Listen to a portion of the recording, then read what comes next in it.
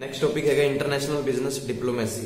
International business diplomacy का मतलब communication in negotiation. Mostly ਅਸੀਂ बिजनेस देख रहे हैं ਜਾਂ ਫਿਰ ਇੰਟਰਨੈਸ਼ਨਲ ਵਪਾਰ ਚਾਹੇ ਡੋਮੈਸਟਿਕ ਬੇਸ ਤੇ ਦੇਖ ਲਓ ਚਾਹੇ ਇੰਟਰਨੈਸ਼ਨਲ ਬੇਸ ਤੇ ਵਪਾਰ ਦੇ ਵਿੱਚ ਕਿਤੇ ਨਾ ਕਿਤੇ ਨੈਗੋਸ਼ੀਏਸ਼ਨ ਜ਼ਰੂਰ ਆਉਂਦੀ ਹੈਗੀ। ਨੈਗੋਸ਼ੀਏਸ਼ਨ ਹੋ ਗਿਆ ਕਿ ਕਿਤੇ ਨਾ ਕਿਸੇ ਚੀਜ਼ ਦੀ ਨਾ ਹੋਣਾ ਵੀ ਨੈਗੋਸ਼ੀਏਸ਼ਨ ਹੋਣ ਦੇ ਕੁਝ ਵੀ ਰੀਜ਼ਨਸ ਹੋ ਸਕਦੇ ਨੇ। ਸਟਾਰਟਿੰਗ ਪਲੈਨਿੰਗ ਬੇਸ ਤੇ ਵੀ ਹੋ ਸਕਦਾ ਹੈ, प्राइस बेस पे भी हो सकता है, कॉन्ट्रैक्ट बेस पे भी हो सकती है। लेकिन कहना जो इंटरनेशनल बेस्ड डिप्लोमेसी की गल करते हैं नैगोशिएशन कम्युनिकेशन नाल दूर करा जा सकता है। अगर बैटर कम्युनिकेशन होवे कंट्रीज आपस में बैटर रिलेशनशिप ना काम करन तां ये चीज़ां दूर हो सकदियां ने। इन्हां लिखिया भी इंटरनेशनल बिजनेस नैगोशिएशन हुंदी की है जदों कहना कोई भी यूनिट्स डेलीबरेटली अपने आप ही कम्युनिकेशन के लैवल नैगोशिएशन दूर करना चाहते हैं तो असीं इंटरनेशनल बिजनेस नैगोशिएशन मान सकते हैं। प्रोसैस की ने 3 टाइप के प्रोसैस है, मतलब 3 फेस ਦੇ ਵਿੱਚ ਨੈਗੋਸ਼ੀਏਸ਼ਨ ਚੱਲਦੀ ਹੈ। ਸਭ ਤੋਂ ਪਹਿਲਾ ਫੇਸ ਜਿਹੜਾ ਹੈਗਾ ਦੀ pre negotiation face. Pre negotiation face the means preparation and planning ਹੈ। ਜਦੋਂ ਕੋਈ ਕੰਟਰੀਜ਼ ਆਪਸ ਦੇ ਵਿੱਚ ਵਪਾਰ ਕਰਨ ਬਾਰੇ ਸੋਚਦੇ ਨੇ ਤਾਂ ਪਹਿਲਾ ਫੇਸ ਇਹ ਹੁੰਦਾ ਕਿ ਕੰਟਰੀਜ਼ ਕਿਸ ਬੇਸ ਨਾਲ ਵਪਾਰ ਕਰੂਗੀ, ਲਾਇਸੈਂਸ ਮਿਲੂਗਾ, ਕੋਟਾ ਸਿਸਟਮ ਜਾਣਗੇ ਜਾਂ ਨਹੀਂ ਆਣਗੇ, ਜਾਂ ਫਿਰ ਕਿਹੜਾ ਏਜੰਟ ਸਾਡੇ ਲਈ ਕੰਮ ਕਰੂਗਾ, ਅੰਡਰਰਾਈਟਰ ਹਾਇਰ ਕਰਾਂਗੇ। ਕਈ ਵਾਰ ਨੈਗੋਸ਼ੀਏਸ਼ਨ ਜਨਰੇਟ ਹੁੰਦੀ ਹੈ ਤਾਂ ਇਸ ਨੂੰ ਕਹਿੰਦਾ ਫਸਟ ਫੇਸ ਅਸੀਂ ਕਹਿੰਦੇ ਹਾਂ। ਸੈਕਿੰਡ ਫੇਸ ਆਉਂਦਾ ਹੈਗਾ ਤੁਹਾਡਾ ਨੈਗੋਸ਼ੀਏਸ਼ਨ ਫੇਸ, ਜਿਹਦੇ ਵਿੱਚ ਸਭ ਤੋਂ ਪਹਿਲਾਂ ਆਉਂਦਾ ਹੈਗਾ ਪ੍ਰਾਈਸ ਇਸ਼ੂ। ਜਿਸ ਕੰਟਰੀ ਨਾਲ ਤੁਸੀਂ ਵਪਾਰ ਕਰਨ ਜਾਣਾ ਉੱਥੇ ਤੁਹਾਨੂੰ ਪ੍ਰਾਈਸ ਕੀ ਪਏਗੀ, ਤੁਹਾਨੂੰ ਪ੍ਰੋਫਿਟ ਵੀ ਹੋਊਗਾ ਜਾਂ ਨਹੀਂ ਹੋਊਗਾ। ਕਿਉਂਕਿ ਮੰਨ ਲਓ ਤੁਸੀਂ ਆਪਣੇ ਤੋਂ ਉੱਪਰ ਦੀ ਕੰਟਰੀ ਨਾਲ ਵਪਾਰ ਕਰਨ ਜਾਓਗੇ, ਮੇ ਬੀ ਨੌਲੇਜ ਦੇ ਤੌਰ ਤੇ ਤੁਹਾਨੂੰ ਕੀਮਤ ਬਹੁਤ ਜ਼ਿਆਦਾ ਪੈ ਸਕਦੀ ਹੈ। ਫਿਰ ਆਉਂਦਾ ਟਾਈਮਿੰਗ। ਟਾਈਮਿੰਗ ਮੀਨਸ ਜਿਸ ਕੰਟਰੀ ਨਾਲ ਤੁਸੀਂ ਵਪਾਰ ਕਰਨ ਜਾਓਗੇ ਅਗਰ ਉਹਨਾਂ ਦੀ ਡਿਮਾਂਡ ਹੈ ਤੁਸੀਂ 1 ਮੰਥ ਦੀ ਗੁੱਡ ਜੋ ਤੁਸੀਂ ਪਹੁੰਚਾ ਹੀ ਨਹੀਂ ਸਕਦੇ ਤਾਂ ਉੱਥੇ ਵੀ ਪ੍ਰੋਬਲਮਸ ਆਉਂਦੀਆਂ ਨੇ। थर्ड है कि dispute settlement. By the way अगर मान लो प्राइस या फिर टाइमिंग के अकॉर्डिंग डिस्प्यूट हो गया या फिर पेमेंट सेटलमेंट के डिस्प्यूट जनरेट हुई तो सेटलमेंट किस तरह करवावांगे ये भी कई बार नैगोशिएशन माइंड में आती है। लास्ट है कि post negotiation phase. Post negotiation phase मीनस जो तुम कॉन्ट्रैक्ट कर लिया, प्राइस भी सैटअप कर ली, टाइम भी डिसाइड कर लिया, कई बार उस तो बाद भी जाके नैगोशिएशन जनरेट हुई है। उस तो बाद जान एग्रीमेंट के कुछ चेंजिस आना या फिर ड्यूटीज एंड टैक्स के कुछ चेंजिस आना जिसका बर्डन किसी ना किसी कंट्री के उपर पैंदा है। जो इन्होंने चीज़ों को कहता कॉन्फ्रेंटली बेस से कहना सॉल्व करते हैं तो ये नैगोशिएशन का थर्ड प्रोसैस भी आता है। एक लास्ट आता है कल्चर एंड नैगोशिएशन। जिस कंट्री में तुम व्यापार करने जा रहे हो मे बी उत्थे दे लोग उस चीज़ को पसंद करनगे या नहीं करनगे ये भी ऑलवेज मैटर करती है। हुण असीं कहिए भी इंडिया के परसन बाहर जाके किसी इंग्लैंड हो गया या किसी होर कंट्री व्यापार करना स्टार्ट करन, हुण जिस चीज़ असीं व्यापार करिए उत्थे लोग पसंद ही ना करन ਜਾਂ ਫਿਰ ਉੱਥੇ ਦਾ ਕਲਚਰ ਉਸ ਚੀਜ਼ ਨੂੰ ਪਸੰਦ ਹੀ ਨਹੀਂ ਕਰਦੇ ਹੈਗਾ ਤਾਂ ਉੱਥੇ ਗੜਬੜ ਆ ਸਕਦੀਆਂ ਨੇ। ਤੇ ਇਹ ਵੀ ਇੱਕ ਪੁਆਇੰਟ ਹੈ ਕਿ ਬਿਜ਼ਨਸ ਦੇ ਵਿੱਚ ਜਿਹੜੇ ਪ੍ਰੋਸੈਸ ਦੇ ਵਿੱਚ 3-4 ਪ੍ਰਕਾਰ ਨਾਲ ਜੋ ਹੈ ਨੈਗੋਸ਼ੀਏਸ਼ਨ ਹੁੰਦੀ ਹੈ। ਅਗਰ ਇਹ ਨੈਗੋਸ਼ੀਏਸ਼ਨ ਕਰਨਾ ਦੂਰ ਕਰਨੀ ਹੈ ਤਾਂ ਬਹੁਤ ਸਿੰਪਲ ਤਰੀਕਾ ਹੈ ਕਿ ਬੈਟਰ ਕਮਿਊਨੀਕੇਸ਼ਨ, ਬੈਟਰ ਰਿਲੇਸ਼ਨਸ਼ਿਪ ਅਗਰ ਕਿਸੇ ਕੰਟਰੀ ਨਾਲ ਤੁਹਾਡੀ ਹੈਗੇ ਨੇ ਔਰ ਐਗਰੀਮੈਂਟਸ ਵੈਲਿਊ ਬੇਸ ਤੇ ਕਰਵਾਏ ਜਾਣ, ਹਰੇਕ ਬੰਦੇ ਨੂੰ ਉਸ ਚੀਜ਼ ਦੇ ਐਗਰੀਮੈਂਟ ਦੀ ਵੈਲਿਊ ਕਲੀਅਰ ਹੋਵੇ ਤਾਂ ਨੈਗੋਸ਼ੀਏਸ਼ਨ ਦੂਰ ਹੋ ਸਕਦੀਆਂ ਨੇ। ਉਸ ਤੋਂ ਬਾਅਦ ਹੈਗਾ ਕਿ ਐਸੈਟ ਪ੍ਰੋਟੈਕਸ਼ਨ। एसट प्रोटेक्शन की एक स्ट्रैटजी है कि जो भी कोई वैल्थ किसी कंट्री की वैल्थ या अपनी कंट्री की वैल्थ में मैक्सीमाइज करने कोई ना कोई कंट्री किसी प्रकार का काम करती है। वैसे तो होंगे कि किसी भी कंट्री का जो ट्रेडमार्क हो गया, लोगो हो गया, कोई भी यूज नहीं कर सकता, उस प्रोसैस में भी असं एसट प्रोटेक्शन कहते हैं। लेकिन जो इंटरनेशनल बेस से काम करते हैं, इंटरनेशनल बेस से जो भी कोई कंट्री अपनी वैल्थ में इनक्रीज करने किसी ना किसी प्रकार की कोई ट्रेडमार्क हो गया या फिर कोई थोड़ा कंपनी का लोगो हो गया उन्हें यूज करते हैं तो उसे एसेट प्रोटेक्शन ही कहते हैं। ये इंपोर्टेंस की हैगी है सब तो पहले कॉर्पोरेशंस। एसेट प्रोटेक्शन जो है कॉर्पोरेशन ज्यादा यूज करती हैं, जिवें कि सी कॉर्पोरेशन हो गई हैं, एस कॉर्पोरेशन हो गई हैं या फिर कोई जॉइंट स्टॉक कंपनीज हो गई हैं। ये वाली कंपनीज के एसेट प्रोटेक्शन हमेशा चलती है। दूसरा जनरल पार्टनरशिप। हम दो कोई पार्टनरशिप फर्म है वो पार्टनरशिप एक्ट 1932 रजिस्टर्ड ही है तो वो कभी भी अपने रूल्स एंड रेगुलेशन चेंज नहीं कर सकती। सेम वो रूल्स के अकॉर्डिंग कोई दूसरी पार्टनरशिप बन ही नहीं सकती। जे अगर उन्होंने कोई ट्रेडमार्क लोगो मिले तो वो भी कोई बंदा यूज नहीं कर सकता है। उस तो बाद कोई ट्रस्ट जिन्नियां भी इंडिया के या फिर बाहरली कंट्रीज कोई ट्रस्ट खुलदियां ने जो उन्होंने नेम एंड फेम है कोई होर कंपनी यूज नहीं कर सकती तो वो अपने नेम नाल अकॉर्डिंग ही चलदियां ने। ये ऑलवेज जो नेम या फिर ट्रेडमार्क्स हो गए या फिर कोई लोगो हो गए या कोई ना कोई थोड़ी कॉमन सील्स हो गई जो कोई बंदा यूज करेगा तो असं उपर केस वगैरह लगा सकते हैं। ऑलवेज सिर्फ वैल्थ में इनक्रीज करने ये चीज़ां यूज की जाती है। इन्होंने कुछ एग्जाम्पल लिखी भी है जिवें कहना 2006 नाइक कंपनी जो है एडिडास कंपनी के उपर केस लगा दिता सीगा कि तुसीं उन्हां दे सेम लोगो यूज करने जा रहे हैं। उस तो बाद एग्जाम्पल इन्होंने लिखी है कोई Samsung was sued by Ericsson. Samsung company जो है एरिक्सन कंपनी द्वारा केस लग गया सीगा। ते ये चीज़ां लगदियां कि जदों किसी कंपनी ने कुछ भी कोई कंपनी यूज करन जांदी, रेयर जर पॉइंट भी यूज करन जांदी तो घाटो मोट के केस लग जाते हैं। एसेट प्रोटेक्शन होंदे है कि साडा नेम एंड फेम यूज करके कोई होर कंपनी अपनी वैल्थ इंक्रीज ना कर सके। उस तो बाद प्रोसैस है कि मल्टीलेटरलिज्म। मल्टीलेटरलिज्म की जदों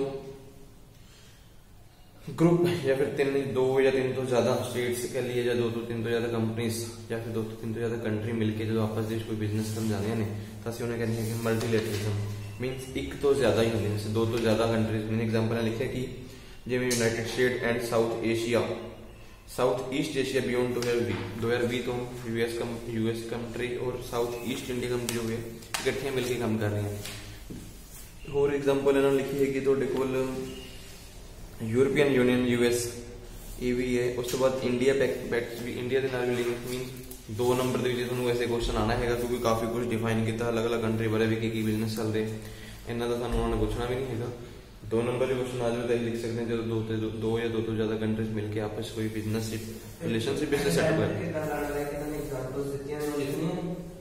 जरूरी नहीं है एग्जाम्पल तुम किसी दे सकते हो, साढ़े को एग्जाम्पल है कि लिख सकते हैं वो भी एक लाइन से लिखांगे। इस तो बाद बहुत बड़ी लाइन तक डिफाइन काफी कुछ दिता होंगे। कई बार ये नेगोशिएशन कितना जनरेट हुई उन्होंने कितना दे दिता गया तो नहीं तो थानू पूछना ही नहीं, इतनी बड़ी एग्जाम्पल किसी चीज उन्होंने नहीं पूछनी।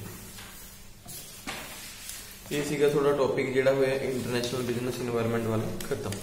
उस तो बाद थर्ड थिंग हैगा थोड़ा कंट्री वैल्यूएशन एंड सिलेक्शन।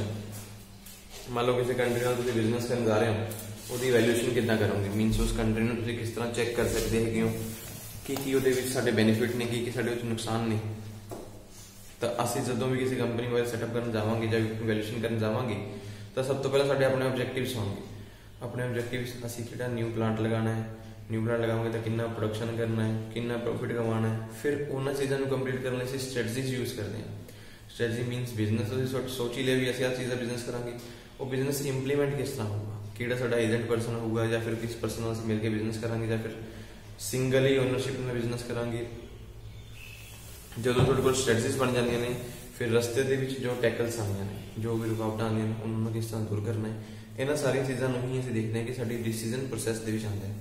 ਅਗਰ ਕਿਸੇ ਵੀ এনवायरमेंट ਦੀ ਤੁਸੀਂ ਮੰਨ ਲਓ ਇਵੈਲੂਏਸ਼ਨ ਕਰਨ ਜਾ ਰਹੇ ਹੋ ਤਾਂ ਕਿਹੜੇ ਤਰੀਕੇ ਨਾਲ ਇਵੈਲੂਏਸ਼ਨ ਕਰ ਸਕਦੇ ਹਾਂ। ਸਭ ਤੋਂ ਪਹਿਲਾਂ ਆਉਂਦਾ ਹੈਗਾ ਸਕੈਨਿੰਗ। ਸਕੈਨਿੰਗ ਦਾ ਮਤਲਬ ਕਿ ਤੁਸੀਂ ਕਿਸੇ ਵੀ ਕੰਟਰੀ ਦੀ ਇਨਫੋਰਮੇਸ਼ਨ ਵਾਇਆ ਇੰਟਰਨੈਟ ਲੈ ਰਹੇ ਹੋ ਜਾਂ ਕਿਸੇ ਪਰਸਨ ਤੋਂ ਲੈ ਰਹੇ ਹੋ। ਕੁਝ ਕੁਐਸਚਨ ਮਾਈਂਡ ਚ ਆਉਂਦੇ ਨੇ। ਸਭ ਤੋਂ ਪਹਿਲਾਂ ਦੱਸ ਦੀ ਕੰਟਰੀ ਅਲਾਉ 100% ਆਫ ਓਨਰਸ਼ਿਪ, ਕਿ ਜਿਸ ਕੰਟਰੀ ਨਾਲ ਤੁਸੀਂ ਬਿਜ਼ਨਸ ਕਰਨਾ ਹੈ ਕਿ ਉਹ ਤੁਹਾਨੂੰ ਅਲਾਉ ਕਰੋਗੇ ਕਿ ਤੁਸੀਂ 100% ਹੀ ਸਿੰਗਲ ਪ੍ਰੋਪਰਾਈਟਰਸ਼ਿਪ ਬਿਜ਼ਨਸ ਲਗਾ ਲਓ। ਕਿਉਂਕਿ ਮੋਸਟਲੀ ਬਹੁਤ ਸਾਰੀ ਕੰਟਰੀਜ਼ ਇੱਦਾਂ ਦੀਆਂ ਨੇ ਉਹ ਕਹਿੰਦੇ ਨੇ ਕਿ ਗਵਰਨਮੈਂਟ ਦਾ ਜੋ ਹੈ ਪੈਸਾ ਜੋ ਉਹਦੇ ਵਿੱਚ ਜ਼ਿਆਦਾ ਹੋਣਾ ਚਾਹੀਦਾ ਹੈ, ਸਾਡੇ ਜੋ ਪੈਸੇ ਘੱਟ ਹੋਣੇ ਚਾਹੀਦੇ ਨੇ। What is the highest margin tax on corporate states. जिस कंट्री ਦੇ ਵਿੱਚ ਤੁਸੀਂ ਬਿਜ਼ਨਸ ਲਗਾਉਣ ਜਾਓਗੇ, ਕਿਉਂਕਿ ਜਦੋਂ ਇੱਕ ਕੰਟਰੀ ਦੂਸਰੀ ਕੰਟਰੀ ਲਗਾਉਂਦੇ ਤਾਂ ਉਹਨਾਂ ਦੇ ਟੈਕਸ ਰੇਟ ਥੋੜੇ ਜ਼ਿਆਦਾ ਹੁੰਦੇ ਨੇ, ਤਾਂ ਮਾਰਜਨਲ ਟੈਕਸ ਕਿੰਨਾ ਹੋਊਗਾ ਇਹ ਵੀ ਮੈਟਰ ਕਰਦਾ। ਹੁਣ ਤੁਹਾਡੇ ਪ੍ਰੋਫਿਟ ਦੇ ਵਿੱਚ ਬਿਜ਼ਨਸ ਦੇ ਵਿੱਚ ਪ੍ਰੋਫਿਟ ਜਿਹੜਾ ਥੋੜੇ ਘੱਟ ਹੋਵੇ ਤੁਹਾਨੂੰ ਟੈਕਸ ਜ਼ਿਆਦਾ ਪੇ ਕਰਨੇ ਪੈਣ ਤਾਂ ਉੱਥੇ ਪ੍ਰੋਬਲਮਸ ਆ ਸਕਦੀਆਂ ਨੇ। ਉਸ ਤੋਂ ਬਾਅਦ ਜਿਹੜਾ ਤੁਸੀਂ ਪ੍ਰੋਡਕਟ ਲੈ ਕੇ ਜਾ ਰਹੇ ਹੋ ਕਿਸੇ ਕੰਟਰੀ ਦੇ ਵਿੱਚ ਕੀ ਉਹ ਤੁਹਾਡੀ ਪੋਟੈਂਸ਼ੀਅਲ ਐਬਿਲਿਟੀ ਨੂੰ ਦਿਖਾਊਗਾ ਜਾਂ ਨਹੀਂ ਦਿਖਾਊਗਾ। ਐਕਚੁਅਲ ਉਹ ਪ੍ਰੋਡਕਟ ਅਗਰ ਮਾਰਕੀਟ 'ਚ ਕਿਸੇ ਹੋਰ ਕੰਪਨੀ ਵੀ ਸੇਲ ਕਰਦੀ ਹੈ ਤਾਂ ਤੁਹਾਡਾ ਸੇਲ ਕਰਨ ਦਾ ਕੋਈ ਬੈਨੀਫਿਟ ਹੀ ਨਹੀਂ ਹੋਊਗਾ। फिर उस तो बाद है डिटेल एनालिसिस। डिटेल एनालिसिस होगा कि किसी कंट्री दूसरी डिटेल दे इन्फॉर्मेशन लओगे। Detail information number of countries उस कंट्री ਨਾਲ ਕਿੰਨੇ ਬਿਜ਼ਨਸ ਕਰ ਰਹੀਆਂ ਨੇ। अगर ਅਸੀਂ ਵਪਾਰ ਕਰਨ ਜਾ ਰਹੇ ਹਾਂ ਤਾਂ ਸਾਡੇ ਕੋਲ ਟੈਕਸ ਕਿੰਨਾ ਲੱਗੂਗਾ, ਗਵਰਨਮੈਂਟ ਵੱਲੋਂ ਲਾਇਸੈਂਸ ਸਾਨੂੰ ਕਦੋਂ ਮਿਲੂਗਾ, ਕੋਟੇ ਸਿਸਟਮ 'ਚ ਅਸੀਂ ਆਵਾਂਗੇ ਜਾਂ ਨਹੀਂ ਆਵਾਂਗੇ, ਜਾਂ ਫਿਰ ਕਿਸ ਸੰਸਥਾ ਦੇ ਅਕੋਰਡਿੰਗ ਸਾਨੂੰ ਜੁੜ ਕੇ ਕੰਮ ਕਰਨਾ ਹੋਊਗਾ, ਉਸੇ डिटेल एनालिसिस करनी है। फिर उस तो बाद अपॉर्चुनिटीज एंड रिस्क वेरिएबल। जिस कंट्री ਨਾਲ ਤੁਸੀਂ ਬਿਜ਼ਨਸ ਕਰਨ ਜਾ ਰਹੇ ਹੋ, ਮੰਨ ਲਓ ਥੋੜਾ ਕਿਸੇ ਹੋਰ ਕੰਟਰੀ ਨਾਲ ਬਿਜ਼ਨਸ ਚੱਲਦੇ ਨੇ, ਤੁਹਾਡੀ ਦੂਸਰੀ ਕੰਟਰੀ ਨਾਲ ਬਿਜ਼ਨਸ ਕਰਨ ਦੇ ਵਿੱਚ ਓਪਰਚੁਨਿਟੀਜ਼ ਕੀ ਨੇ। ਓਪਰਚੁਨਿਟੀਜ਼ ਮੀਨਸ ਤੁਹਾਡੀ ਕਿੰਨੀ ਪ੍ਰੋਫਿਟ ਇਨਕਰੀਜ਼ ਹੋ ਸਕਦੇ ਨੇ, ਤੁਹਾਡੀ ਕਿੰਨੀ ਇਨਕਮ ਦੀ ਬੈਨੀਫਿਟ ਹੋਣਗੇ। ਅਗਰ ਅਸੀਂ ਕਿਸੇ ਇੱਕ ਕੰਟਰੀ ਨਾਲ ਜੁੜ ਰਹੇ ਹਾਂ ਕਿ ਹੋਰ ਕੰਟਰੀਆਂ ਵੀ ਸਾਡੇ ਨਾਲ ਜੁੜਨਗੀਆਂ ਜਾਂ ਨਹੀਂ ਜੁੜਨਗੀਆਂ। ਉਸ ਤੋਂ ਇਲਾਵਾ ਹੁੰਦਾ ਕਿ ਰਿਸਕ ਅਸੀਂ ਕਹਿ ਸਕਦੇ ਹਾਂ ਕਿ ਬਿਜ਼ਨਸ ਵਿੱਚ ਡਿਸਪਿਊਟਸ ਹੋ ਜਾਣ, ਉਹਨੂੰ ਅਸੀਂ ਰਿਸਕ ਦੇ ਵਿੱਚ ਲੈ ਸਕਦੇ ਹਾਂ। ਪ੍ਰਾਈਸ ਦੇ ਵਿੱਚ ਇਸ਼ੂ ਆ ਜਾਣ, ਇਹ ਵੀ ਰਿਸਕ ਦੇ ਵਿੱਚ ਆ ਸਕਦੇ ਨੇ। ਤਾਂ ਇਹਨਾਂ ਚੀਜ਼ਾਂ ਨੂੰ ਵੀ ਪਹਿਲਾਂ ਤੁਸੀਂ ਸਕੈਨਿੰਗ ਕਰੀ ਜਾਂਦੀ ਹੈਗੀ। ਰਿਸਕ ਕਹਿਣਾ ਉਸ ਤੋਂ ਬਾਅਦ ਇਲਾਵਾ ਹੋਰ ਵੀ ਲਿਖਣ, ਜਿਵੇਂ ਪੋਲੀਟੀਕਲ ਰਿਸਕ। ਮੰਨ ਲਓ ਗਵਰਨਮੈਂਟ ਨੇ ਰੂਲਸ ਐਂਡ ਰੈਗੂਲੇਸ਼ਨ ਚੇਂਜ ਕਰਤੇ, ਫੋਰਨ ਐਕਸਚੇਂਜ ਰੇਟ ਜਿਸ ਬੇਸ ਤੇ ਤੁਸੀਂ ਬਿਜ਼ਨਸ ਸਟਾਰਟ ਕੀਤਾ, ਅਗਰ ਕਰੰਸੀ ਦੀ ਵੈਲਿਊ ਹੀ ਚੇਂਜ ਹੋ ਗਈ ਤਾਂ ਵੀ ਰਿਸਕ ਤੁਹਾਡੇ ਉੱਪਰ ਆਉਂਦਾ ਹੈਗਾ। ਨੈਸ਼ਨਲ ਡਿਜ਼ਾਸਟਰ ਰਿਸਕ, ਜਿਸ ਕੰਟਰੀ ਤੁਸੀਂ ਬਿਜ਼ਨਸ ਕਰਨ ਜਾ ਰਹੇ ਹੋ ਫਾਇਦਾ ਵੀ ਅਗਰ ਉੱਥੇ ਕਿਸੇ ਪ੍ਰਕਾਰ ਦੀ ਕੋਈ ਬਿਮਾਰੀ ਜਨਰੇਟ ਹੋ ਜਾਵੇ ਤਾਂ ਵੀ ਪ੍ਰੋਬਲਮਸ ਆ ਸਕਦੀਆਂ ਨੇ। ਜਾਂ ਫਿਰ ਕੰਪੀਟੀਸ਼ਨ ਰਿਸਕ, ਤੁਸੀਂ ਤਾਂ ਇਹ ਸੋਚ ਕੇ ਜੁੜਦੇ ਹੈਗੇ ਕਿ ਅਸੀਂ ਬਿਜ਼ਨਸ ਸਟਾਰਟ ਕਰਾਂਗੇ ਇਸ ਕੰਟਰੀ ਨਾਲ ਤਾਂ ਸਾਨੂੰ ਹੋਰ ਕੰਟਰੀ ਦਾ ਬਿਜ਼ਨਸ ਵੀ ਮਿਲੂਗਾ। ਕਈ ਵਾਰ ਕੰਪੀਟੀਸ਼ਨ ਜਨਰੇਟ ਹੁੰਦਾ ਹੀ ਨਹੀਂ, ਤੁਹਾਡੀ ਕੰਪਨੀ ਨੂੰ ਕੋਈ ਪਸੰਦ ਹੀ ਨਹੀਂ ਕਰਦਾ ਜਾਂ ਫਿਰ ਤੁਹਾਡੇ ਪ੍ਰੋਡਕਟ ਨੂੰ ਕੋਈ ਪਸੰਦ ਨਹੀਂ ਕਰਦਾ, ਤਾਂ ਵੀ ਕੰਟਰੀ ਦੇ ਵਿੱਚ ਜਨਰੇਸ਼ਨਸ ਆ ਜਾਂਦੀਆਂ। ਉਸ ਤੋਂ ਇਲਾਵਾ ਮੰਨ ਲਓ ਤੁਸੀਂ ਕਿਸੇ ਕੰਟਰੀ ਦੀ ਇਵੈਲੂਏਸ਼ਨ ਕਰਨੀ ਹੈ ਤਾਂ ਤੁਸੀਂ ਮੈਕਰੋ ਇਕਨੋਮਿਕਸ ਇੰਡੀਕੇਟਰਸ ਦੇਖੋਗੇ। ਮੈਕਰੋ ਇਕਨੋਮਿਕਸ ਇੰਡੀਕੇਟਰ ਦਾ ਮਤਲਬ ਕੀ ਹੋ ਗਿਆ ਕਿ ਤੁਸੀਂ ਕੰਟਰੀ ਦੇ ਵਿੱਚ ਲੀਡਿੰਗ ਔਰ ਲੋਡਿੰਗ ਫੈਕਟਰਸ ਦੇਖੋਗੇ ਕਿ ਕੰਟਰੀ ਕਿਹੜੇ ਫੈਕਟਰ ਦੇ ਵਿੱਚ ਲੀਡ ਕਰ ਰਹੀ ਹੈ, ਮੀਨਸ ਕਿਹੜੇ ਲੈਵਲ ਦੇ ਵਿੱਚ ਕੰਟਰੀ ਅੱਗੇ ਜਾ ਰਹੀ ਹੈ ਔਰ ਕਿਹੜੇ ਲੈਵਲ ਦੇ ਵਿੱਚ ਕੰਟਰੀ ਜੋ ਹੈ ਸਫਰ ਕਰ ਰਹੀ ਹੈਗੀ ਹੈ। ਅਸੀਂ ਇਹਨੂੰ ਲੀਡਿੰਗ ਐਂਡ ਲੋਡਿੰਗ ਫੈਕਟਰ ਕਹਿੰਦੇ ਹਾਂ। ਐਗਜ਼ਾਮਪਲ ਕਹੀਏ ਮੈਕਰੋ ਇਕਨੋਮਿਕਸ ਦੇ, ਅਗਰ ਤੁਸੀਂ ਸਟੱਡੀ ਕਰੋਗੇ ਉਹਦੇ ਵਿੱਚ ਕਿਸੇ ਵੀ ਕੰਟਰੀ ਦੀ ਸਭ ਤੋਂ ਪਹਿਲਾਂ GDP ਦੇਖੋਗੇ ਕਿ ਇਸ ਕੰਟਰੀ ਦੀ GDP ਲੈਵਲ ਕਿੰਨਾ ਹੈਗਾ, ਕਿੰਨਾ ਡੋਮੈਸਟਿਕ ਪ੍ਰੋਡਕਟ ਜਨਰੇਟ ਕਰਦੇ ਨੇ। ਹੁਣ ਕੋਈ ਕੰਟਰੀ ਇਦਾਂ ਦੀ ਹੋਵੇ ਕਿ ਉਹਨਾਂ ਦਾ GDP ਲੈਵਲ ਹੀ ਨਹੀਂ ਹੈ, ਤੁਸੀਂ ਬਿਜ਼ਨਸ ਉੱਥੇ ਕਰਨ ਵਾਲੇ ਸੋਚੋ ਤਾਂ ਤੁਹਾਨੂੰ ਨੁਕਸਾਨ ਹੋ ਸਕਦਾ ਹੈ। ਇੰਪਲੋਇਮੈਂਟ ਫਿਗਰ, ਕਿਸੇ ਕੰਟਰੀ ਦੇ ਵਿੱਚ ਅਨਇੰਪਲੋਇਮੈਂਟ ਰੇਟ ਕਿੰਨਾ ਦਾ ਹੈਗਾ। ਉਸ ਤੋਂ ਬਾਅਦ ਐਜੂਕੇਸ਼ਨ ਸਟੈਂਡਰਡ, ਕਿੰਨੇ ਲੋਕ ਲਿਟਰੇਸੀ ਦੇ ਨਾਲ ਨੇ, ਕਿੰਨੇ ਲੋਕ ਪੜ੍ਹੇ ਲਿਖੇ ਨੇ, ਇਹ ਵੀ ਜ਼ਰੂਰੀ ਹੈ।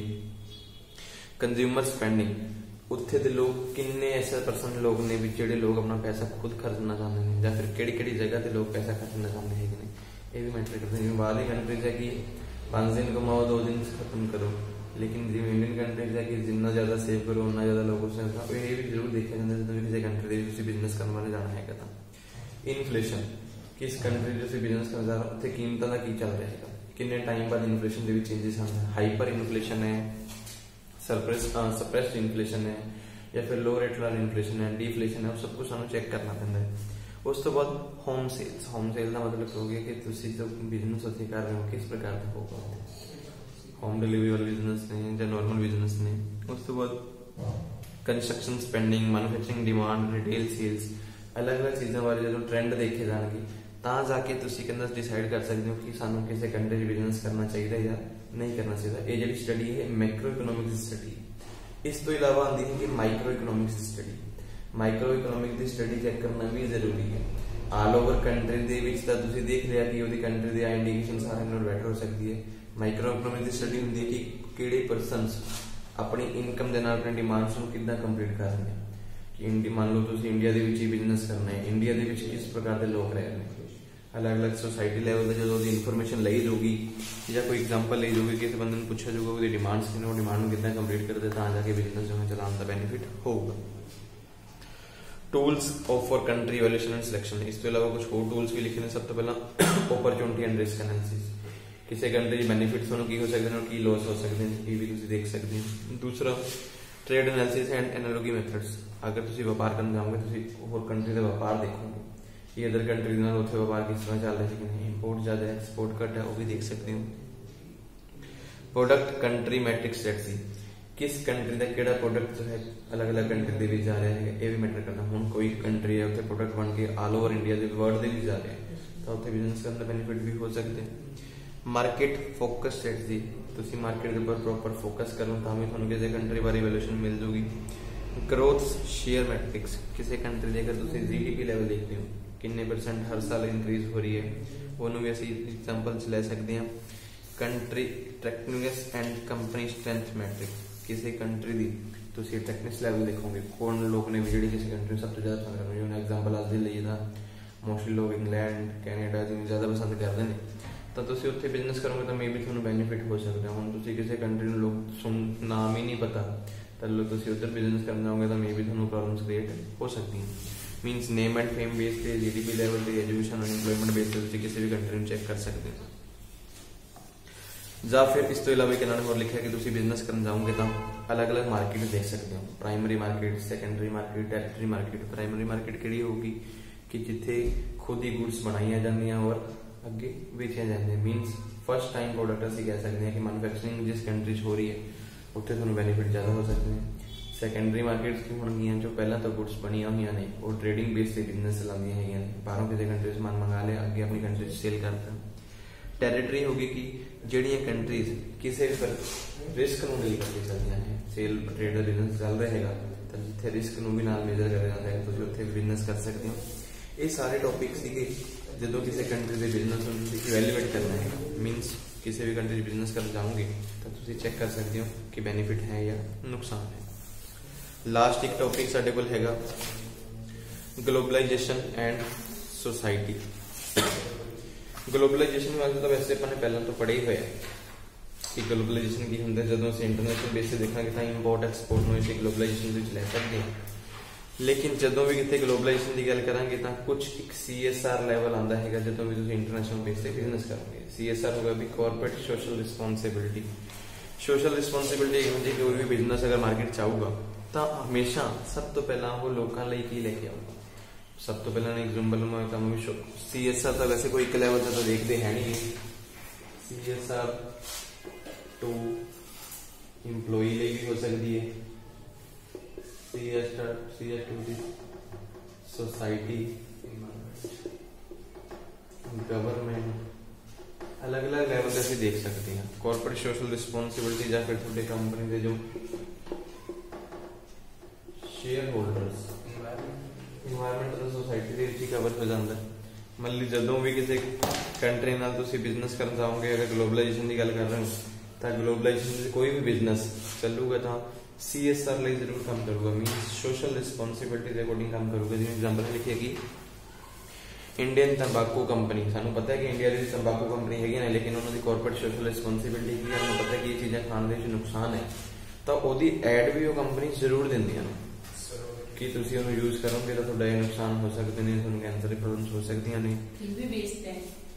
लेकिन उनका मतलब सोशल रिस्पॉन्सिबिलिटी ना ऐसे नहीं है किसी को बिना दिखाए कुछ भी बेच देंगे, वो नहीं हम कर सकते। ये बिजनेस का रूल्स है। प्रोडक्ट की खासियत दिखाते हैं कि मतलब इसे लगाओ गोरे हो जाओगे, क्रीम वो बोलते हैं इस क्रीम में ये फायदा है, तो वो अपने प्रोडक्ट में ये बताते हैं कि इसे खाओ तो उसका भी आगे टॉपिक है। मतलब कुछ ऐसे प्रोडक्ट हैं जिसमें उन्होंने सोशल रिस्पॉन्सिबिलिटी आई है स्पेशली सोसाइटी के लिए। आप इन चीजों को करने जाओगे तो आपको इसकी पहले एडवर्टाइजमेंट करनी जरूरी होगी। उसके बाद सोशल रिस्पॉन्सिबिलिटी इन्होंने लिखा कि triple bottom line. Triple bottom line क्या है? Company should commit to focusing as such much social environment. ये ट्रिपल बॉटम लाइन है, जब भी कोई कंट्री में कोई कंपनी बिजनेस करने आएगी उसकी अपनी खुद की जिम्मेवारी होगी कि should commit to focusing such as social environment. Society के लिए और एनवायरनमेंट के लिए उसकी खुद की अपनी कमिटमेंट होनी चाहिए। अदरवाइज कोई भी कंट्री बिजनेस नहीं कर सकती किसी भी कंट्री में जाके। हम बोलें कि यहाँ के लोग जो है पोल्यूशन ज्यादा करते हैं, अब बाहर कंट्री में जाके भी वो वैसे काम कर सकते हैं, तो वहाँ पे आपको कमिटमेंट बेस पे काम करना ही पड़ेगा, अदरवाइज आप बिजनेस नहीं कर सकते।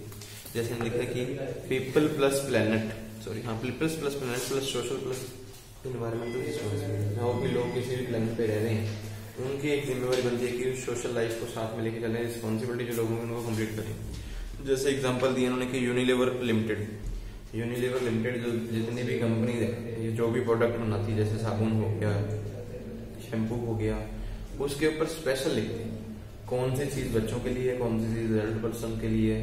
आप ऐसे बोलोगे उसमें आप लिख दो कि शैम्पू ये बना रहे हैं हम लोग, ये बच्चों को भी यूज करो तो प्रॉब्लम्स आ सकती है। जैसे हम देखते हैं कि हमारी इकोनॉमी में बच्चों के प्रोडक्ट अलग से हैं, एडल्ट के प्रोडक्ट्स हैं, तो सबसे ना बेबी की अलग सी कंपनी बनाएगी। अभी यूनिलीवर कंपनी बोलेगी मैं बच्चों के प्रोडक्ट भी बना रही हूँ, लेकिन फिर उनको एक तरह की टेस्टिंग सर्टिफिकेट लेना पड़ेगा, तो ये कॉर्पोरेट सोशल रिस्पॉन्सिबिलिटी में आता है। उसके बाद इन्होंने लिखा कि महिंद्रा एंड महिंद्रा जैसी कंपनी दिखाई है इन्होंने। महिंद्रा एंड महिंद्रा भी कहता कंपनी इकोनॉमी में अपने हिसाब से सेलिब्रेट डिफरेंशियल अलग अलग सेक्टर में काम कर रही है। वैसे तो हम देखते हैं कि महिंद्रा मोस्टली जो काम करती है सिर्फ गाड़ियों पे काम कर रही है, लेकिन ये इन्वायरमेंट के लिए कैसे काम कर रहे हैं, जैसे कि पेड़ पौधे लगाना दिखा भी रही है कि प्लांट लगाना, ट्री लगाना। महिंद्रा इसमें काम करती है, तो लोगों को सिखाती है कि हम सिर्फ अपने बिजनेस में काम नहीं कर रहे, हमारी एक सोशल रिस्पॉन्सिबिलिटी है कि हम अपने एरिया में जहाँ जहाँ हमारे बिजनेस चल रहे हैं वहाँ पे लोगों को सिखाते हैं कि आसपास के एरिया में ग्रीन प्लांट वगैरह लगाना जरूरी है। उसके बाद आता है कि जब आप किसी बिजनेस में आएंगे आपके कुछ ना कुछ एथिक्स होने चाहिए। एथिक्स क्या होते हैं? किसी भी कंपनी के मोरल स्टैंडर्ड। इस बेस पे कोई कंपनी बिजनेस करने आएगी। अगर कोई भी कंपनी अपने स्टैंडर्ड के बेस पे बिना काम नहीं कर रही, मान लो कोई कंपनी, जैसे मैं एग्जांपल बोलूँ तंबाकू वाली कंपनी है या फिर लिक्विड वाली कंपनी, उसके एथिक्स हैं कि बिना लोगों को बताए कुछ नहीं बना सकते। अगर उसमें कोई प्रॉब्लम्स है तो पहले लोगों को इन्फॉर्मेशन देनी जरूरी हो, तो बिना बताए आप कुछ भी काम नहीं कर सकते। फिर उसके बाद आती है कि business ethics. Business ethics best है ना, उसमें प्रॉब्लम भी है, सबको बता भी रहे हैं इसमें ये नुकसान है, लोग खरीद। जरूरी नहीं कि इसमें सिर्फ हम यही कह रहे हैं। बिजनेस एथिक्स में हम ये भी ले सकते हैं कि बिजनेस का स्टैंडर्ड है कि फेयर वेजेस, गवर्नमेंट ने रूल बनाया हुआ कि सब फेयर वेजेस प्रोवाइड करनी है तो आपको देनी होगी। आप किसी के साथ भेदभाव नहीं कर सकते, स्पेशली फेयर वेजेस बेस पे। दूसरा हम बोल सकते हैं कि चाइल्ड लेबर, आप चाइल्ड लेबर को काम नहीं करवा सकते। ये बिजनेस के एथिक्स हैं गवर्नमेंट की तरफ से। आपको अगर बिजनेस करना है तो आप 18 साल से कम उम्र के बंदों को काम पे नहीं रख सकते। रख रहे हो तो उसकी इन्फॉर्मेशन गवर्नमेंट के पास पहले होनी चाहिए कि उनसे क्या काम करवाया जा रहा है। वैसे तो माइनर को रखते ही नहीं है, एक्सीलेंट पर्सन को करवा सकते हैं, जैसे कि 15 से 18। जो बहुत बड़ी फर्म है जिनमें बार बार लोग आते हैं, चेकिंग होती है, वो लोग नहीं रखते।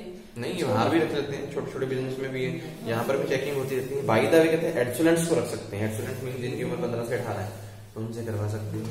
उसके बाद वर्किंग कंडीशन, ये भी बिजनेस की एथिक्स में आता है कि जिस जहाँ पर आप बिजनेस कर जा रहे हो तो वहाँ पे वातावरण एनवायरनमेंट कैसा होगा, ज्यादा ह्यूमिडिटी ना हो, बहुत सारी प्रॉब्लम्स हो सकती हैं। उसके अलावा वर्किंग आवर्स, काम घंटे कितने घंटे करवाया जाएगा। जैसे गवर्नमेंट ने बोला कि ज्यादा से ज्यादा आप 8 घंटे की शिफ्ट रखो। बाई द वे अगर किसी से 12 घंटे काम करवा भी रहे तो उसकी सैलरी भी उतनी ज्यादा होनी चाहिए। हाँ, वहाँ के लोग कैपेबल हैं तो करवाइए, अदरवाइज आप करवाएंगे नहीं।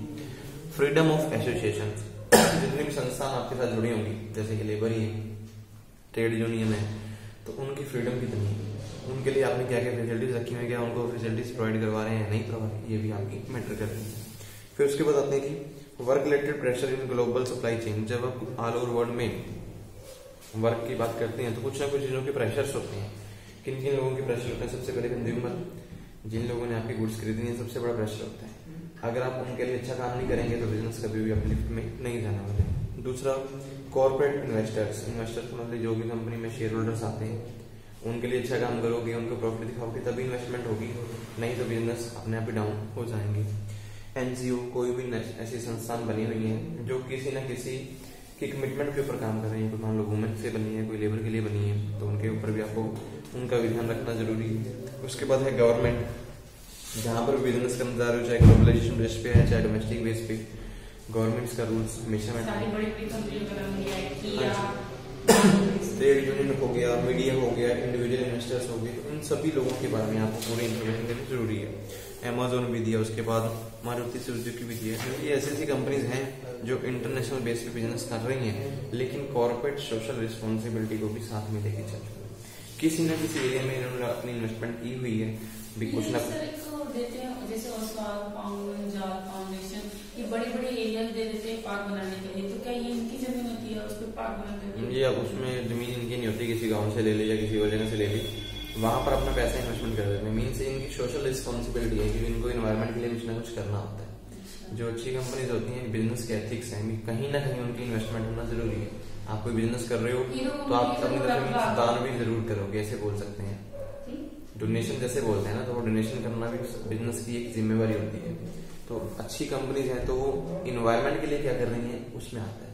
तो इन्वायरमेंट के लिए काम करते हैं तो इनको गवर्नमेंट की तरफ से वैसे ही मुआवजे वगैरह या फिर कोई सब्सिडी वगैरह मिलती है, तभी ये कहीं से भी कोई जमीन के ऊपर ठेका ले लेते हैं 5 साल के लिए, किसी जमीन का पैसा लगाएंगे, कुछ भी चीजें। हाँ जी। उसके बाद आता है कि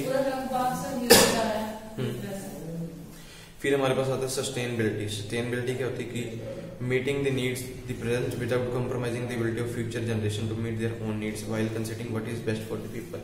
सस्टेनेबिलिटी क्या होता है कि हम अपनी नीड्स को छोड़ के कि हमारे नीड्स को कंप्लीट करने में क्या चीजों की जरूरत है। जब भी बिजनेस में आना है, ये भी ग्लोबलाइजेशन में एक CSR में आता है कि ऑलवेज हम ये देखेंगे what is the best for the peoples. इसको बोलते हैं सस्टेनेबिलिटी। क्योंकि आप जब बिजनेस करने आएंगे, बिजनेस तभी रह सकते हैं मार्केट में जब आप लोगों के बारे में सोचेंगे। तो ऐसा कुछ करना तो आपको पता है बिजनेस में उसके एथिक्स और उसका एनवायरनमेंट ऐसा होना चाहिए कि लोग आपके बिजनेस के साथ जुड़े और आपके बिजनेस में लोगों को लगे कि इसमें हमारे लिए कुछ ना कुछ बेनिफिट है। उसके बाद आता है कि ग्रीन वॉशिंग। ग्रीन वॉशिंग एक ऐसा टॉपिक हम बोल सकते हैं, जैसे बोल सकते हैं कि जैसे लोगों को किसी फॉल्स चीज के लिए कन्वे किया जाता है, उसको हम ग्रीन वॉशिंग बोलते हैं। ये भी आजकल इंडिया में मोस्टली किसी कंट्री में चलता है, कहीं कहीं चलता है। It is the process of conveying false impressions और providing misleading information about how a company product are more environmentally sound. कई बार क्या था, किसी बंदे को कुछ गलत इन्फॉर्मेशन देकर भी समझाया जाता है कि हाँ इस कंपनी का प्रोडक्ट जो है हमारे लिए फायदेमंद है, तो उसको हम ग्रीन वॉशिंग बोलते हैं। आज के टाइम में ये काम भी मार्केट में चलता है। हाँ, एग्जाम्पल है लिखा कि green washing cost Walmart $1 million in 2017। Walmart जो कंपनी है, वॉलमार्ट कंपनी जो 2017 में $1 मिलियन इन्वेस्टमेंट की सिर्फ इसी चीज के ऊपर कि हम लोग जो प्रोडक्ट बना रहे हैं कि आपके फायदेमंद के लिए। कई बार ऐसी चीजें भी दिखाई जाती हैं जबकि उसमें हानिकारक लेवल भी छुपा होता है, लोगों को नुकसान भी हो सकता है। चेक किया जाए और ये गलत पाया जाए तो उनके ऊपर तो लीगल केस, हाँ, उससे ऊपर फिर दोबारा से केस हो जाता है। तो मीन्स ये इन्होंने इसमें ये चीज बताई है कि आपके बिजनेस में अगर आपने सस्टेनेबिलिटी लेवल में आता है तो आप लोगों को ग्रीन वॉशिंग मत कीजिए। उसको ये मत दिखाओ कि हाँ चीजें आपके लिए फायदेमंद है, गलत चीज को दिखा बोलो भी आपके लिए फायदेमंद, ऐसा कभी नहीं होना चाहिए अगर बिजनेस को आपने बना के रखना है तो। उसके बाद फाउंडेशन ऑफ एथिकल बिहेवियर, जो भी हमारी कंपनी के या फिर कंट्री के एथिकल बिहेवियर होते हैं कितने लेवल में होते हैं? 3 लेवल पे। सबसे पहले प्री कन्वेंशनल्स एथिकल बिहेवियर, मान लो बंदा कोई भी लाइफ में किस तरह से बिहेव कर रहा है, सेम वैसे ही है जो हमने पहले बिहेवियर स्टडी में पढ़ा हुआ है कि प्री कन्वेंशनल्स क्या होता है कि जब भी कोई बच्चा पैदा होता है और उसको राइट और रॉन्ग के बारे में जब इन्फॉर्मेशन आ जाती है, कौन बंदा मेरे लिए राइट है कौन बंदा सही है, तो इसको प्री कन्वेंशनल साइड बोलते हैं। दूसरा आता है कि कन्वेंशनल लेवल। कन्वेंशनल लेवल होता है कि जब कोई बच्चा अपने सोसाइटी से, अपने पीयर से, अपने इंडिविजुअल से, अपने फ्रेंड से या फिर अपनी फैमिली से कुछ ना कुछ सीखता है, अपने लिए बेनिफिट नुकसान के बारे में उसको पता लगता है, तो उसको हम कन्वेंशनल लेवल बोल सकते हैं। एक है पोस्ट कन्वेंशनल। पोस्ट कन्वेंशनल होता है कि जब इंडिविजुअल्स अपने आप को सोसाइटी में दिखाना चला जाता है तो उसको अपने एथिक्स के बारे में पता लगता है, उसके लिए बेस्ट और बेस्ट क्या है और क्या चीजें बेस्ट नहीं है। ये भी तो बात साढ़े को लगेगा कि अगर तुम मान लो किसी कंपनी एथिकल बिहेवियर में दिखना चाहते हो तो एथिकल बिहेवियर सब तो पहले होता है करप्शन एंड ब्राइबरी। अगर कोई कंट्री ਦੇ ਵਿੱਚ ਕਿਸੇ ਤਰ੍ਹਾਂ ਦਾ ਬਿਜ਼ਨਸ ਕਰਨਾ ਤਾਂ ਕੋਈ ਕਰਪਸ਼ਨ ਨਹੀਂ ਹੋਣੀ ਚਾਹੀਦੀ। ਇਹ ਬਿਜ਼ਨਸ ਦੇ ਐਥਿਕ ਦੇ ਵਿੱਚ ਆਉਂਦਾ ਹੈ ਕਿ ਅਗਰ ਤੁਹਾਡੀ ਕਿਸੇ ਬਿਜ਼ਨਸ ਦੇ ਵਿੱਚ ਕਿਸੇ ਪ੍ਰਕਾਰ ਦੀ ਕੋਈ ਕਰਪਸ਼ਨ ਹੈ ਜਾਂ ਫਿਰ ਕਿਸੇ ਲੋਕਾਂ ਨੂੰ ਤੁਸੀਂ ਧੋਖਾ ਕਰ ਰਹੇ ਹੋ ਤਾਂ ਇਹ ਹੋਣਾ ਚਾਹੀਦਾ ਹੈ। ਇਹਨਾਂ ਲਿਖਿਆ ਕਿ Aircel Maxis case India, Aircel ਦਾ ਕਈ ਵਾਰ ਇੰਡੀਆ 'ਚ ਕੇਸ ਲੱਗਿਆ ਸੀ मैक्सिस केस की एयरसेल ਕੰਪਨੀ ਜੋ ਹੈ ਕਰਪਸ਼ਨ में से ਕੰਮ ਸਟਾਰਟ ਹੋ ਗਿਆ ਸੀਗਾ। ਘੱਟ ਕੀਮਤ ਦੇ ਵਿੱਚ ਜ਼ਿਆਦਾ ਚੀਜ਼ਾਂ ਪ੍ਰੋਵਾਈਡ ਕਰਨੇ ਸਟਾਰਟ ਕੀਤੀਆਂ ਸੀ, ਬਹੁਤ ਸਾਰੀ ਕੰਪਨੀ ਨੂੰ ਨੁਕਸਾਨ ਹੋਣ ਲੱਗੇ ਸੀ। ਉਹਨੂੰ ਕਰਪਸ਼ਨ ਅਸੀਂ ਕਹਿ ਸਕਦੇ ਹਾਂ ਕਿ ਤੁਸੀਂ ਸਿਰਫ ਕਸਟਮਰ ਨੂੰ ਆਪਣੇ ਨਾਲ ਜੋੜਨ ਲਈ ਕੰਮ ਕਰ ਰਹੇ ਹੋ, ਜ਼ਿਆਦਾ ਫਿਰ ਉਹਨਾਂ ਦੀ ਸਰਵਿਸਿਜ਼ ਉਹਨਾਂ ਨੂੰ ਪ੍ਰੋਪਰ ਦਿਓ। ਘੱਟ ਸਰਵਿਸ ਦਿੰਦੇ ਸੀਗੇ ਘੱਟ ਪੈਸੇ ਦੇ ਵਿੱਚ, ਲੇਕਿਨ ਇਹ ਤੁਸੀਂ ਟਾਈਮ ਜ਼ਿਆਦਾ ਦੇ ਦਿੰਦੇ ਸੀਗੇ ਤਾਂ ਉਹ ਨੁਕਸਾਨ ਹੋਣ ਲੱਗ ਗਿਆ ਸੀਗਾ। एयरसेल कंपनी आई थी स्टार्टिंग में एक बार कम्युनिकेशन लेवल में आई थी सर। उसके बाद हम लास्ट में देखते हैं कि why mining in India is a source of corruption. कई बार हम देखते हैं इंडिया में जैसे माइनिंग का काम चलता है, एक रेते का काम हो गया, नदियों में से रेता निकालना या कुछ पानी निकालना, तो ये भी एक तरह का माइनिंग काम है, जैसे कोयले को लेके आना। 2 नंबर पे जो काम चल रहा है तो ये कभी भी बिजनेस में होना चाहिए। तो बिजनेस के एथिक्स होना चाहिए कि जिस प्रकार का बिजनेस जो भी चल रहा है अगर सस्टेनेबिलिटी लेवल को लेके आना तो उसमें करप्शन कभी भी नहीं होनी चाहिए। ये थे आपके टॉपिक जो 14 वाला जो ग्लोबलाइजेशन है सोसाइटी बेस पे भी खत्म हुआ। आपकी बुक